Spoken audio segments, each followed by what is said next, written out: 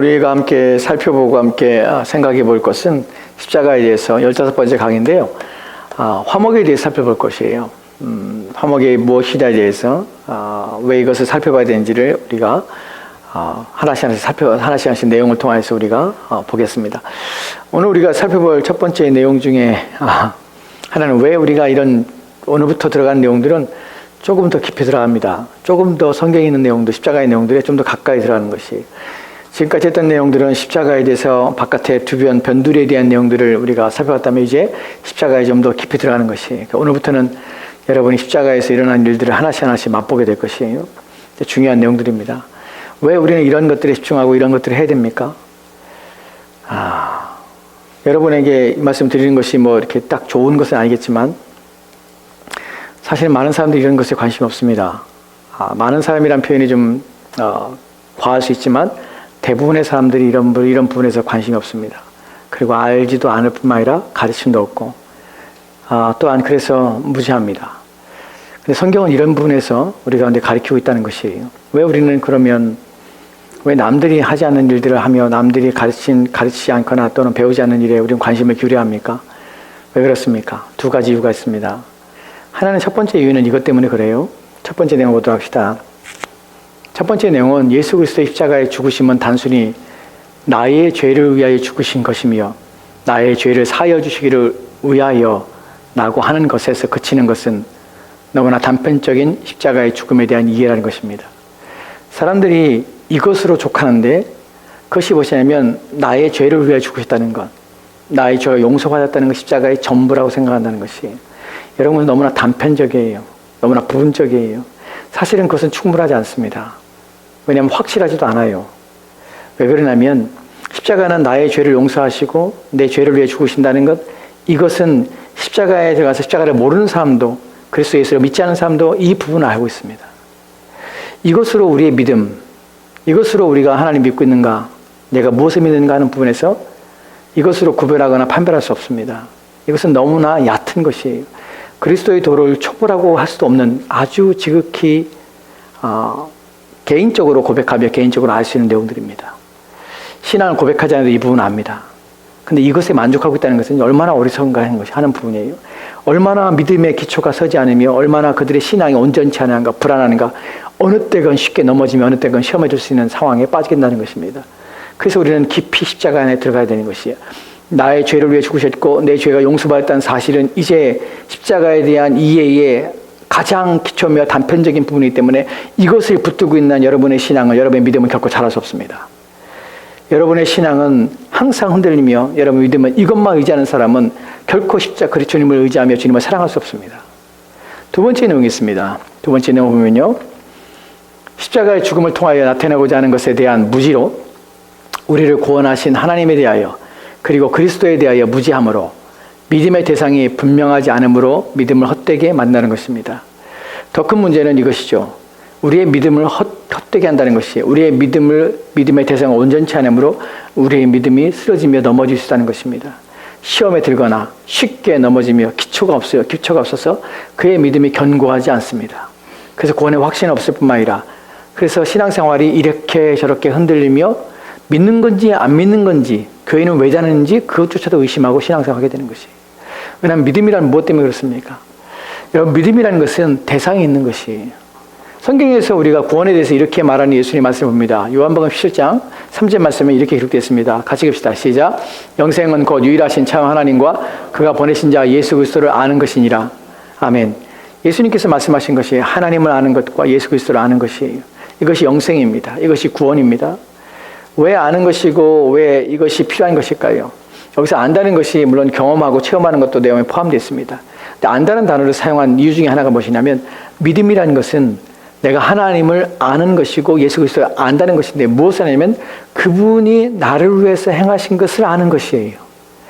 내가 믿는다는 것은, 하나님 믿어 라고 말한다는 것은 믿음의 대상 자체를 믿는 것이 아니라 그분이 나를 위해서 행한 것을, 오직 그분이 그 일을 행하셨다는 사실을 내가 믿는 것이에요. 우리가 예수를 믿습니다 라고 말하는 것은 예수님 자체가 누군지도 모르고 믿는 것이 아니에요. 덮어놓고 믿는 것이 아니에요. 그분이 나를 위해서 행하신 것을 믿는 것이에요. 그것이 믿음이에요. 믿음 반드시 무엇을 가져야 되면 내용을 가져야 되는 것이에요. 여러분, 제가 몇 가지를 제가 증명할 거예요. 첫 번째는 이것이에요. 여러분, 성령을 우리 가운데 주신 이유가 무엇입니까? 예수님께서 보혜사, 또 다른 보혜사를 너에게 보내려 할 때 예수님 하신 말씀이 뭐예요? 그가 오시면 뭘 한답니까? 내가 너에게 가르친 것들을 생각나게 하라는 것이에요. 그래서 우리는 이 성령을 뭐라고 합니까? 진리영이라고 그래요, 성경은. 진리영이 무엇입니까? 하나님 말씀 우리 가운데 깨닫게 하시는 것이. 만약에 우리가 무죄된다면 성경에 대해서 무지하고 하나님에 대해 무지하고 예수 그리스도에 무지하고 그가 나를 위해 행하신 일들에 대해 내가 무관심한데 믿음이 생긴다면 그렇다면 성령이 우리 가운데 오실 필요가 없다는 것이에요. 성령 오셔서 뭐냐면 깨닫게 하시는 것이에요. 무엇을요? 하나님 말씀에 대해 깨닫게 하고 믿음의 내용, 그분이 하신 것을 내가 믿게 하는 거예요. 내 마음에. 그분이 하신 일들에 대하여 내가 알게 하시는 것이에요. 그래서 그것을 내가 부인하지 않고 그 일에 대하여 내가 확신을 갖는 것이에요. 이것이 믿음입니다. 그래서 성령이 오시는 것이에요. 성령이 충만하게 되면 우리 가운데 믿음이 생깁니다. 왜냐하면 그분이 우리에게 지식과 또한 지혜를 주셔서 하나님이 하신 일에 대하여 확실히 붙잡게 하기 때문에 그래요. 예수 그리스도께 우리 가운데 하신 일에서 확실히 신뢰하기 때문에 그래요. 그래서 우리는 무지하면서 내가 하나님 믿는다, 예수를 믿는다고 말하는 것으로 충분하지 않습니다. 오늘 많은 사람들이 예수를 믿는다, 하나님 믿는다 하지만 절대로 하나님 믿지 않고 하나님을 아는 것처럼 보이지 않는 삶을 사는 이유가 바로 그것이 믿음엔 반드시 내용이 따릅니다. 두 번째에 대해서 성령을 통하여 증명하는 것. 우리가 신앙 고백할 때, 우리가 사도신경을 살펴봤을 때 여러분 사도신경의 내용이 무엇입니까? 나는 믿습니다라는 것이에요. 나는 믿습니다. 성부 하나님을 믿습니다. 그분이 어떤 일이 있습니까? 천지를 창조했습니다. 이 내용들이 하나씩 성자 하나님이 하신 일이 무엇입니까? 성령 하나님이 하신 일이 무엇입니까? 우리가 신앙 고백할 때 이 신앙 고백의 내용 속에 나는 믿습니다라는 고백 속에 이 성부와 성자와 성령이 하신 일들에 대한 고백을 우리가 하는 이유가 무엇이냐면 내가 믿는다는 것은 단순히 하나님을 믿는다, 예수님 믿는다는 그 대상에 대한 만족이 아니라 그 이름에 대한 초점을 맞춘 것이 아니라 그분들이 나를 위해서 그분들이 이루신 구원에 대하여 그것이 사실이며 그 일들이 내게 성취되었으며 내가 그 일에 적용되어서 그 일의 결과를 내가 맛보겠으며 또한 그분들이 하신 그 모든 일들에 대하여 내가 참여하며 그것이 내게 성취되었음을 내가 확실히 믿는 것이 이것을 믿음이라고 합니다. 그래서 우리는 십자가에 대하여 깊이 이해하며 아는 것들이 필요하다는 것이에요. 우리가 단편적인 지식을 가지고 있는 것이 결코 우리 가운데 유익하지 않습니다. 우리의 믿음에도 유익하지 않습니다. 나중에 기회가 되면 이 믿음에 대해서 더 깊이 이런 것들을 아는 때 얻어지는 유익이 무엇인지를 또한 살펴보도록 하겠습니다. 오늘 우리가 살펴볼 것은 이것이에요. 이제 십자가 안으로 깊이 들어가는데 십자가에 깊이 들어갈 때 하나님께서 십자가를 통하여 성취하신 내용들이 있습니다. 중요한 말이에요. 하나님께서 십자가를 통하여 성취하신 것들이 있는데 세 가지가 있습니다. 그 세 가지 보면요. 첫째는 구원입니다. 두 번째는요. 하나님의 자기 계십니다. 세 번째는요. 악을 정복함입니다. 이것을 하나님께 십자가를 통하여 이루신 것이에요. 예수 그리스도가 십자가에 달려 죽으심을 말미암아서 하나님이 십자가 사건을 통하여 성취하신 세 가지 구원, 하나님의 자기 계시, 하나님이 자기 계시한 것은 자기를 나타내는 것이에요. 또 악을 정복한 것이에요. 이것은 이제 시간을 가지고 계속해서 살펴볼 것입니다. 오늘 우리가 살펴볼 첫 번째 내용이에요. 구원에 관한 내용이에요. 하나님이 십자가를 통하여 성취하신 내용, 첫 번째 구원입니다. 여러분, 구원에 대하여 이 구원의 성경의 내용들을 신약에 나타나는 구원에 대하여 성경의 내용들을 쭉 살펴보면 몇 가지가 정리가 됩니다. 네 가지의 단어로 이 구원에 대하여 설명하며 네 가지의 단어를 통해서 이미지를 가지고 설명하는 것을 우리가 보게 됩니다. 그 구원에 대한 이미지, 하나님이 십자가를 통해 성취하신 구원에 대하여 그 구원에 대하여 네 가지 이미지를 가지고 이 이미지에 연결된 단어를 가지고 설명하는데 그 네 가지 설명이 첫 번째는 화목입니다. 두 번째는 구속이고요. 세 번째는 칭이고요. 네 번째는 화해입니다. 우리가 이제 하나씩 살펴볼 것인데 첫 번째 화목은요. 무엇에 대한 이미지를 가지고 있냐면 성전의 제사의 이미지를 가지고 있어요. 성전의 의식에 대한 이미지를 가지고 있어요. 이것이 첫 번째의 구원을 하나님께서 십자가를 통하여 성취하신 첫 번째 구원의 내용 속에 네 가지 중에 첫 번째가 화목입니다. 두 번째는 구속입니다. 구속이라는 이 단어는 어떠냐면은 시장에서 매매하는 내용들을 담고 있습니다. 그 이미지로 설명하는 것이 하나님이 이루신 구원을. 세 번째는 구원에 칭의가 담겨 있습니다. 구원 속에는 칭의가 있어요. 이 칭의라는 것은 어디는 법정의 판결에는 법정에서 일어나는 일들에 대해서 이 단어가 설명하고 있습니다. 그래서 우리 구원을 설명하고 있어요. 네 번째는요, 화해예요. 이 화해는 어디냐면 가정 속에서 일어나는 관계들, 가정 속에서 일어나는 일들이에요.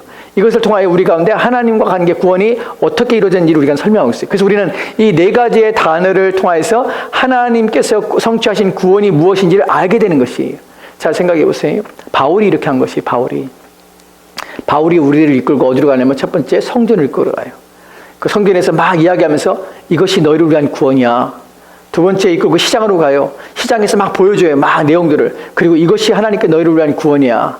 그리고 법정으로 이끌고 가요. 법정에서 이 단어를 사용하면서 법정에서 일어나는 사건 통해서 이것이 하나님이 너희를 위한 구원이야. 그리고 우리를 가정에 이끌어서 가정에서 일어난 일을 통해서 바울이 설명하면서 이것이 하나님께 너희 가운데 이루어진 구원이야 라고 설명하는 것이. 이제 우리가 하나씩 살펴볼 때 첫 번째 화목에 대해 살펴볼 것입니다. 화목에 대해 살펴볼 때 첫 번째 우리가 성경 구절을 살펴볼 것은 로마서 3장 24절하고 25절 말씀이에요. 이거 우리가 가장 많이 제가 여러분에게 설명했던 내용들인 것 같아요. 천천히 같이 읽읍시다. 같이 읽겠습니다. 시작. 그리스도 예수 안에 있는 속량으로 말미암아 하나님의 은혜로 값없이 의롭다 하심을 얻은 자 되었느니라. 이 예수를 하나님이 그의 피로써 믿음으로 말미암는 화목제물로 세우셨으니 이는 하나님께서 길이 참으시는 중에 전에 지은 죄를 간과하심으로 자기의 의로우심을 나타내려 하심이니. 아멘. 여기 보면 화목제물이라는 표현이 나오죠. 화목제물. 이 화목제물이라는 표현인데 화목제물이 뭐냐는 것이죠. 우리가 여기서 두 가지를 생각했는데 화목제물이라는 것이 무슨 의미를 가지고 있는가? 그 화목제물이 상징하는 것이 무엇인가 하는 두 가지 내용이에요. 화목제물이라는 이 단어는 여기만 사용된 것이 또 하나 사용됐습니다. 요한일서 4장 10절 말씀이에요. 요한일서 4장 10절 말씀 같이 읽읍시다. 시작. 사랑은 여기 있으니 우리가 하나님을 사랑한 것이 아니요 하나님이 우리를 사랑하사 우리 죄를 속하기 위하여 화목제물로 그 아들을 보냈습니다. 잘 생각해 보세요. 하나님이 우리를 사랑하셔서 우리 죄를 속하기 위하여 화목제물로 그 아들을 보내셨습니다. 여기서 화목제물이라 나옵니다. 이 화목제물이라는 단어가 지금 화목제물이라는 단어를 지금 살펴볼 것이 이것이 무슨 의미를 무슨 내용인가 하는 부분이에요. 영어 버전에 보면 이 화목제물 한글 성경은 화목제물이지만 이것이 영어 성경에서는 두 가지의 단어로 번역이 돼요. 하나는 expiation이라는 단어로 번역이 되고요. 또 하나는 propitiation이라는 단어로 번역이 돼요. 근데 이것이 어떤 성경에서는 킹제임스 버전에서는 expiation 그 다음에 NIV나 RSV나 이런 성경에서는 propitiation 이렇게 번역이 된다고요. 같은 말인데 화목제물인데 왜 이렇게 번역이 되냐면 expiation이라는 말은 어떤 의미냐면 속죄란 뜻이에요. 속죄의 방법으로 죄와 죄책을 처리했다는 것, 그 의미를 가지게 되는 것이 그 의미로 번역한 것이에요. 그래서 킹제임스 버전 읽는 사람은 이렇게 읽는 것이에요. 하나님께서 예수 그리스도를 화목제물, 예수 그리스도를 속죄의 제물, 속죄로 주셔서 우리의 모든 죄와 죄책을 다 사하셨다 이렇게 번역을 해요. 그런데 이것을 propitiation이라고 번역을 하면 이렇게 번역이 되는 것이에요. 하나님께서 예수 그리스도를 화목제물, 즉 하나님께서 예수 그리스도를 십자가에서 죽게 하심으로 하나님을 달램으로 너희를 죄를 사하셨다 이렇게 표현되는 것이 완전히 달라요. 두 단어가. 하나는 속죄라는 번역이고 하나는 하나님을 달랬다는 뜻이에요. 근데 이 단어에 대하여 우리가 생각할 때 그러면 어느 것이 맞는가 하는 부분이에요. 사실은 원문의 단어를 보면요. expiation이 뜻이 아니라 propitiation이라는 단어의 뜻이 맞아요. 하나님 달래다는 단어의 의미가 더 가까워요. 왜 이렇게 번역이 돼야 돼요? 근데 왜 사람들은 이렇게 번역 안 했냐면 왜 단어를 사용할 때 영어 단어를 왜 expiation이라고 단어를 썼냐면 두려워서 그래요. 무엇이 두렵냐면 하나님을 달랜다는 말이 이상해서 그래요. 하나님을 달랜다? 그럼 하나님이 화를 낸다? 하나님의 분을 낸다? 무슨 이방 신처럼? 그리고 하나님께서 막 나를 달래 내가 화냈으니까 그래서 이방 신을 막 사람들이 이방 신에게 제물을 갖다 주고 막 바치면서 막 달래는 것처럼 느껴지기 때문에 성경에서 이거는 하나님이 아니라 이것은 이방 신처럼 보여. 그래서 이렇게 표현되면 안 될 것 같아. 그래서 어떻게 속죄라는 expiation이라는 단어로 번역을 한다는 것이. 근데 사실은 왜 이 일에 대하여 그들이 오해하기 때문에 그래요. 이 단어를 이 원래의 헬라어의 뜻에 맞게 propitiation이라고 번역하는 것이 훨씬 낫습니다. 하나님을 달래는 것이 화목제물이라는 것이. 이런 일들이 구약 성경에도 있었어요. 창세기 32장에 보면 이런 구절이 있습니다. 32장 20절 말씀에 같이 읽읍시다. 시작. 또 너희를 말하기를 주의 종 야곱이 우리 뒤에 있다 하라 하니 이는 야곱이 말하기를 내가 내 앞에 보내는 예물로 형의 감정을 푼 후에 대면하면 형이 혹시 나를 받아주리라 함이었더라. 아멘. 구약에서 지금 이 분위기를 아시겠죠? 누가 누구를 만나는지 아시겠죠? 예. 야곱이 지금 형 에서를 지금 만나려고 하는 것이에요. 근데 만나면 죽을 것 같으니까 어떻게 해요? 400명을 데리고 오니까. 그래서 어떻게 해요? 예물을 막 갖다 앞서 보내는 것이. 보내면서 뭐라고 그래요? 이 예물로 형의 감정을 푼 후에. 여기서 이 감정을 푼 후에는 이 히브리어 단어가 헬라어에서 사용했던 로마서 3장 24절 25절에서 요한에서 4장 10절에 사용했던 이 단어가 70인역이라는 구약 히브리어를 헬라어로 번역한 70인역이라는 번역본인데 그 번역본의 헬라어가 이 단어가 로마서와 또한 요한에서에 사용된 단어와 똑같은 단어예요. 즉 달랜다는 의미예요. 똑같이 달랜다는 의미예요. 무엇인가 달래는 필요해요. 그럼 사람을 달래는 것이에요. 그럼 하나님은 달래는 일이 없지 않습니까? 구약에서도 또 하나의 성경 구절이 있어요. 민수기 16장 봅니다. 민수기 16장 없어요? 아, 없네요. 민수기 16장에 보면 제가 찾아서 읽어드릴게요. 성경 있으세요? 죄송합니다. 제가 뺀 분 같아요.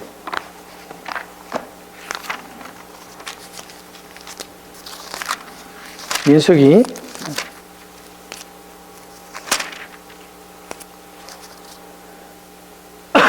죄송합니다. 제가 준비하면서 민수기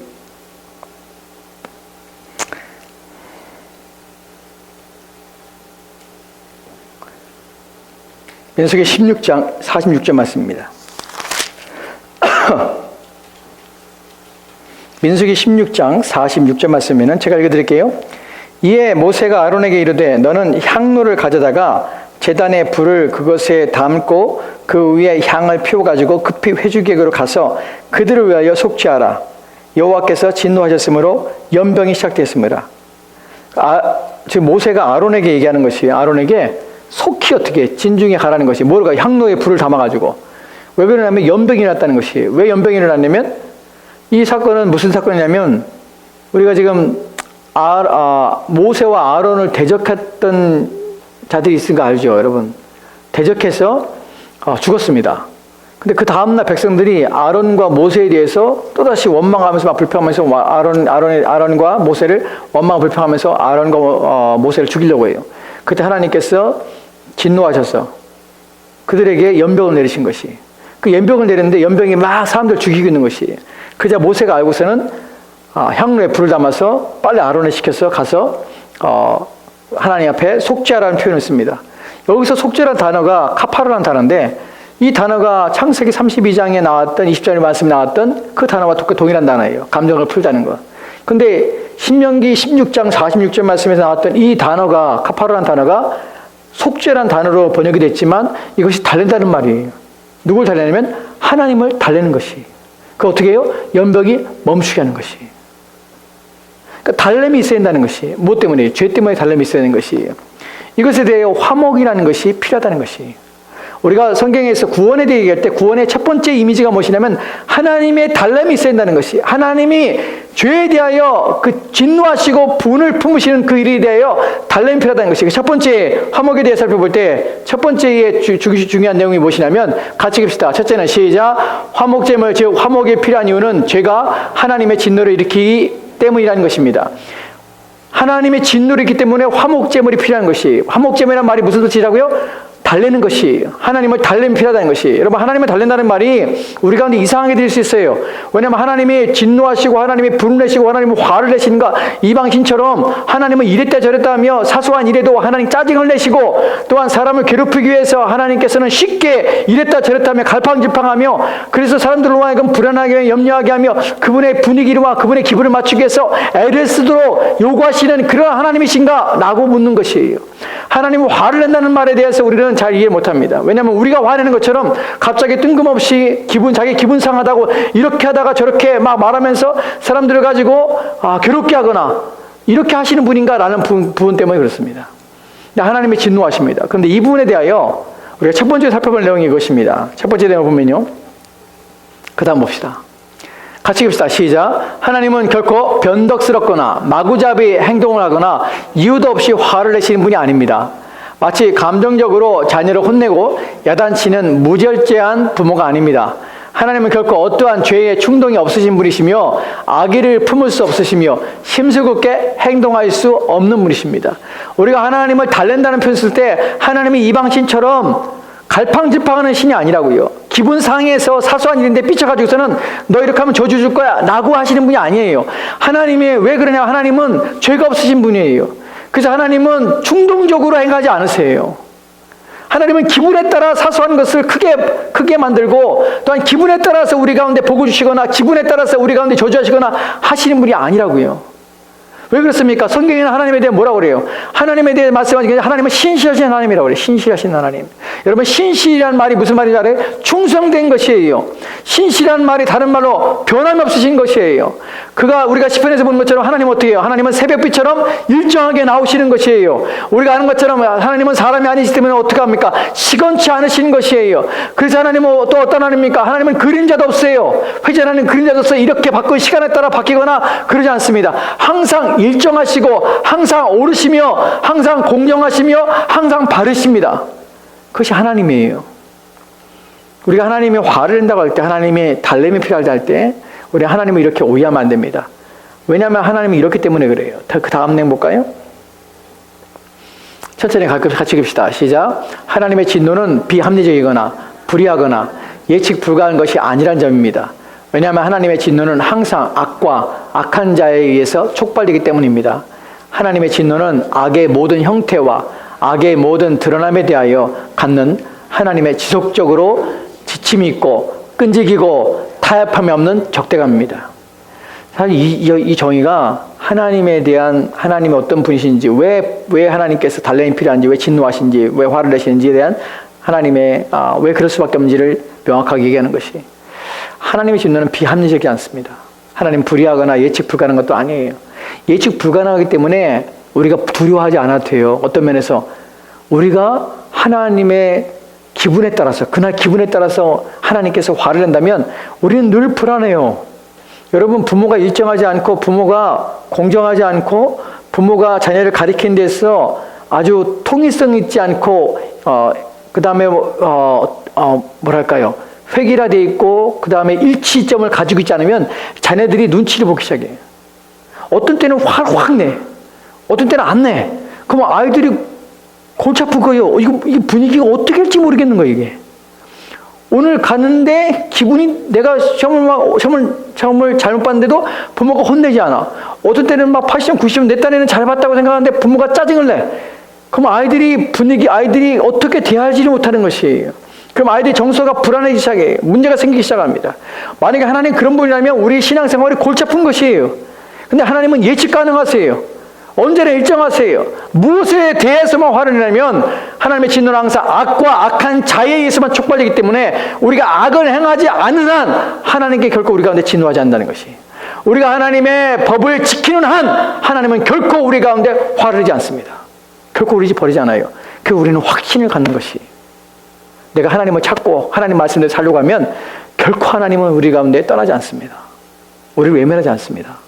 또한 하나님의 진노는 악의 모든 형태와 악의 모든 드러남에 대하여 갖는 하나님의 지속적이에요.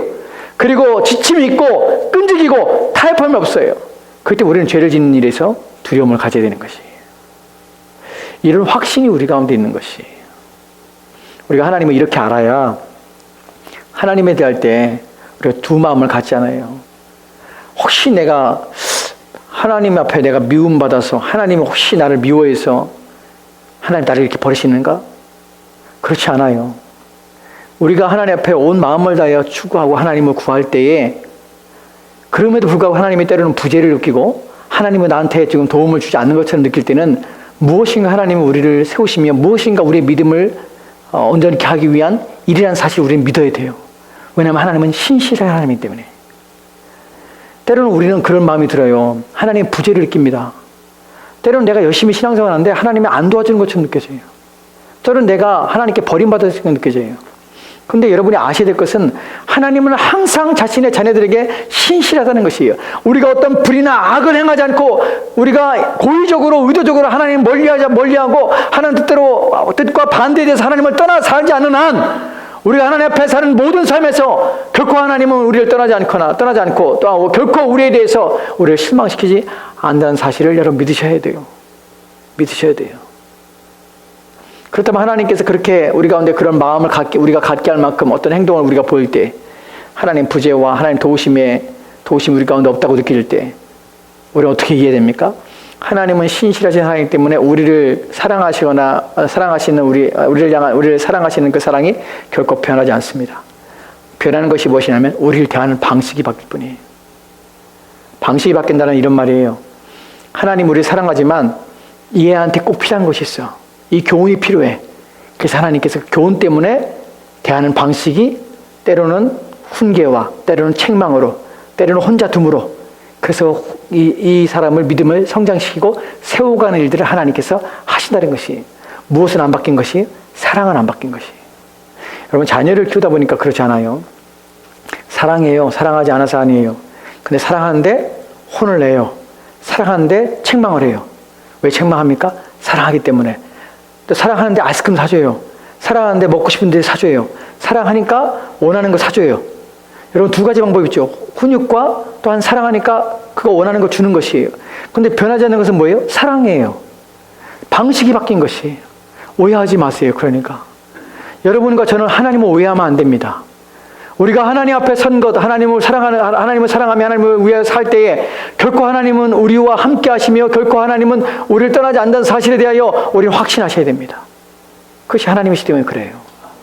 그래서 여러분이 확실히 믿으시 바랍니다. 1번째 살펴본 두 번째예요. 화목에 대한 두 번째예요. 첫 번째, 하나님은 화목제물이 필요한 건 하나님의 진노하시기 때문에. 두 번째, 화목하는 것은 누가 화목을 이루는가 하는 분이에요. 여러분 하나님의 달램이 필요하다고 말씀드렸어요. 달램이 필요해요. 그렇다면 이방신처럼 우리가 하나님께 제물을 드려 하나님을 달랠 수 있냐는 것이에요. 내가 무엇인가 하나님을 위해서 무엇인가 큰 거를 달랠 수 있냐는 것이에요. 여러분 구대 보셨어요? 여러분 점쟁이 찾아보서 구대 보셨습니까? 저는 시골 살면서 구다는 거 되게 많이 봤습니다. 우리 집에서 구다는 것도 봤어요. 여러분 구다면 점쟁이한테 가서 구다는 무당에 가서 어떻게 합니까? 흥정을 하죠. 이번에 장사를 뭐 하려는데 잘 되겠습니까? 이 장사가 잘 되도록 굿을 하겠습니다. 그러면 그 장사의 사이즈에 따라서 굿 가격이 달라져요. 아세요? 각자의 굿 가격이 정해진 게 아니라 그 사람의 받은 재앙이나 또한 불행에 비례해서 굿의 가격이 달라져요. 왜냐하면 그 가격대로 굿을 해야 신이 달래를 받으니까. 저희 아버지도 그러시더라고요. 굿하실 때. 왜 그럽니까? 신을 우리가 달래기 때문에 달랜다고 생각한다면 그렇게 하는 것이. 그러면 우리가 화목제물이라는 표현을 쓸 때 우리가 달랠 수 있냐는 부분이죠. 우리 하나님을. 하나님은 인간이 무엇인가 예배당을 세우면 하나님 달래집니까? 우리가 봉사를 얼마나 하면 달래집니까? 우리가 기도를 많이 하면 하나님 달래집니까? 우리가 무엇을 해야 하나님 달랠 수 있습니까? 여러분 성경에서는 우리가 하나님을 달랠 수 있는 방법은 전무하다고 합니다. 우리 하나님을 달랠 수가 없어요. 오직 하나님의 진노를 일으킬 뿐이지요. 하나님을 달래는 방법은 우리가 근데 사람들이 이렇게 생각할 수 있어요. 목사님 구약에 보면은 사람들이 하나님께 제물을 드려서 짐승을 드려 하나님 달래지 않습니까? 제물 다 드리는 거 하나님 달래는 일인데 하나님 안 달리는 겁니까? 다 그 방법이 하나님 달래는 방법이 있지요. 여러분 그것도 착각입니다. 잘못이에요. 하나님 달래는 방법이 아니었어요. 왜 그럴까요? 레위기 17장 11절 말씀 볼까요?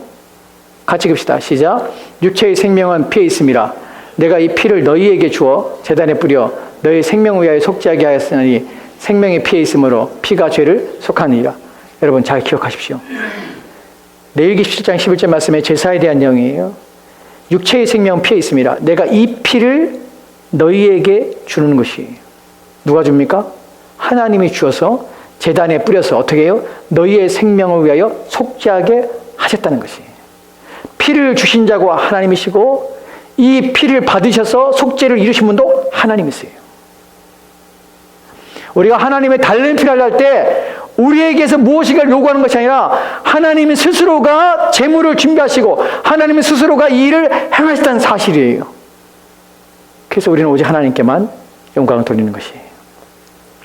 우리 아까 살펴봤던 로마서 25장, 로마서 3장 25절 말씀에 화목제물 세울 때 어떻게 표현됐습니까? 성경에 이 예수를 하나님이 십자가에 죽게 말미암아 그 피로 말미암아 화목제물로 세우신 것이 누가요? 하나님이 그렇게 하신 것이. 여기서 중요한 내용이 있습니다. 사람들이 무시하는 내용이 있습니다. 잘못 가리킨 내용이 있습니다. 무엇이냐면 예수 그리스도께서는 자기의 피로 하나님께 자기를 드려서 하나님을 예수님이 달래시고 하나님은 화를 내셔서 진노하시고, 그러니까 우리는 예수님이 나를 달래시는 분, 나를 위해 죽으셔서 나를 위해서 일하시는 분이고 하나님은 화를 내는 분이시고, 이렇게 착각해서 구원을 갖다가 구원의 그 성취와 영광을 그리스도께 돌리고, 성부 하나님께는 우리를 진노하시고 화를 내신 분이기 때문에 그분에게 돌리지 않는 어리석음을 결코 범하면 안 된다는 사실이 누가 행하셨냐면 성부 하나님이 하신 것이에요. 우리는 이 화목제물, 이 달램이 있어서, 이 구원에 있어서 성부 하나님께 돌려야 영광을 성자 하나님께 돌리면 안 된다는 사실이에요. 우리는 이 성부 하나님과 성자 하나님을 각기 다르게 생각하면 안 돼요. 성자 하나님은 자기 자신을 하나님께 하나님께 내어주셨고, 성부 하나님은 성자 하나님을 통하여서 우리 가운데 오셔서 그 성자 하나님 죽으심을 통해 스스로가 달래심을 받은 것이, 성자 하나님 이 땅에 보내신 분도 성부 하나님이시고, 십자가에 달려 죽게 하신 분도 성부 하나님이시고, 또한 그 피로 말미암아서 스스로 달래심 받은 분도 성부 하나님이세요. 그 때문에 구원은 누가 이루신 것입니까? 성부 하나님이 모든 일들을 이루시며 성자 하나님이 그 구원에 일해서 자기 자신을 내어주신 것이에요. 그렇기 때문에 우리는 세 번째로 이렇게 얘기합니다. 같이 갑시다. 셋째로 시작. 그렇기 때문에 우리는 우리의 화목제물은 그의 아들 안에서 함께 계셨던 하나님 자신하고 할 수 있다는 것입니다. 하나님 자신이 자기 아들 안에서 우리를 위해서 이 땅에 오셨고 십자가에 죽으셨고 그 피로 말미암아서 자기 자신을 달래셔서 스스로 만족하셔서 우리의 죄를 다 사하신 것이, 우리는 이것 때문에 하나님께 감사하는 것입니다. 성부 하나님이 일을 하셨고 자기 아들 안에서 십자가에 달려 죽으신 것이, 성부 하나님이 죽었단 말이 아니라 성자 하나님이 죽으셨지만 그 성자 하나님 십자가에 보내셔서 그 아들과 함께, 왜냐하면 성자 하나님과 성부 하나님은 본체적으로 동일하시기 때문에 그래요. 두 분 안에는 서로 가운데 다툼이나 또한 분리나 서로 의견의 충돌이 있을 수 없습니다. 하나의 의견을 가지고 계시죠. 그 성부와 성자는 하나이시기 때문에 그 아들 안에서 함께 고난을 당하시고 아들 안에서 함께 죽으심으로 그로 말미암아 우리 죄를 사하여 주셨다는 것입니다. 그래서 우리 가운데 이루어진 것이 하나님을 달래셔서 이제 하나님의 진노가 누그러뜨린 것이에요. 그 하나님은 더 이상 우리 가운데 진노하시거나 우리 가운데 화를 내지 않으십니다. 누구 때문에요? 그리스도 예수를 통하여서 자기 자신을 달래신 그 일 때문에 하나님께서는 우리 가운데 하나님과 화목하게 하신 것입니다. 여러분, 이것을 믿고 이제 그 일을 이루신 하나님 앞에 감사합시다. 그리고 이 구원이 어떻게 이루어졌는지를 깊이 생각하고 이 놀라운 일을 이루신 하나님 앞에 우리의 온 마음을 다해 찬양하고 그분을 기뻐하며 즐거워하도록 합시다. 같이 기도하겠습니다.